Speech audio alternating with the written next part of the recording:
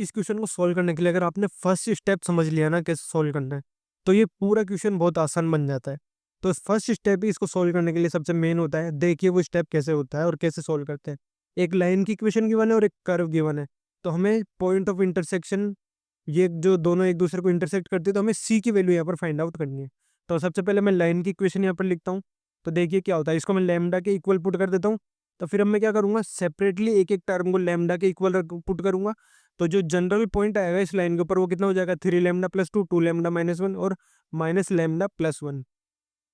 अब जो कर्व है वो मेरे पास क्या गिवन है, X Y is equal to C square और जेड की वैल्यू 0। तो अगर मैं एक्स की वैल्यू को के लूँ तो वाई की वैल्यू कितनी हो जाएगी, सी स्क्वायर बाई के। अब यहाँ पर मैं के को 0 नहीं लूंगा, मतलब अगर के को मैं 0 लूँ इसका मतलब एक्स 0 है। जब एक्स 0 होगा तो वाई भी 0 हो जाएगा मेरे पास। या फिर ऐसे भी कह सकता हूँ मैं, वाई की कुछ भी वैल्यू लो, एक्स की वैल्यू हमेशा 0 ही आ जाएगी। छोड़ो, चलो इस टर्म को एक बार, आप यहाँ पर ज़्यादा इसमें कॉम्प्लिकेट हो जाएगा, इसको छोड़ो। सिंपली अगर मैं एक्स को के लूँ तो वाई की वैल्यू हो जाएगी सी स्क्वायर बाय के, और जेड तो गिवन 0 गिवन ही है हमारे पास। तो इस कर्व का जो जनरल पॉइंट हो जाएगा वो कितना हो जाएगा, के कोमा सी स्क्वायर बाय के कोमा 0। ये सेकेंड इक्वेशन आ गई।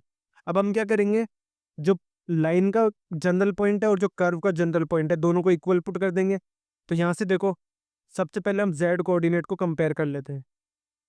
तो यहाँ से के और लेमडा सॉल्व कर लेंगे हम, और जिससे हमारे पास क्या हो जाएगा, सी की वैल्यू यहाँ पर फाइंड आउट हो जाएगी।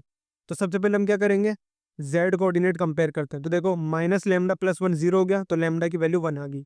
अब हम क्या करेंगे, एक्स कोऑर्डिनेट कंपेयर करेंगे। तो के की वैल्यू कितनी हो जाएगी, 3 लेमडा प्लस 2, तो के की वैल्यू हो गई हमारे पास 5। अब लेमडा और के की वैल्यू आ गई। और जब वाई कोऑर्डिनेट कंपेयर करेंगे तो सी स्क्वायर बाई के की वैल्यू आ गई 2 लेमडा माइनस 1। तो इसमें के और लेमडा की वैल्यू 1 पुट करेंगे तो सी स्क्वायर की वैल्यू आ गई 5। तो सी का मतलब सी की वैल्यू कितनी आ गई, plus minus square root of 5। और ऑप्शन सी क्या हो जाएगा, इसका करेक्ट आंसर हो जाएगा। तो बेसिकली मैं एक बार वापस आपको एक्सप्लेन कर देता हूँ।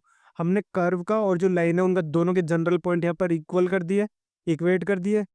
एक्स को मैंने पहले के मान लिया, तो वाई की वैल्यू आ गई सी स्क्वायर बाई के। तो हमने पहले लैम्डा की वैल्यू कैलकुलेट कर ली, फिर के की, और उससे फिर हमने सी की वैल्यू यहाँ पर कैलकुलेट कर ली आसानी से। इस क्वेश्चन को सॉल्व करने के लिए अगर आपने फर्स्ट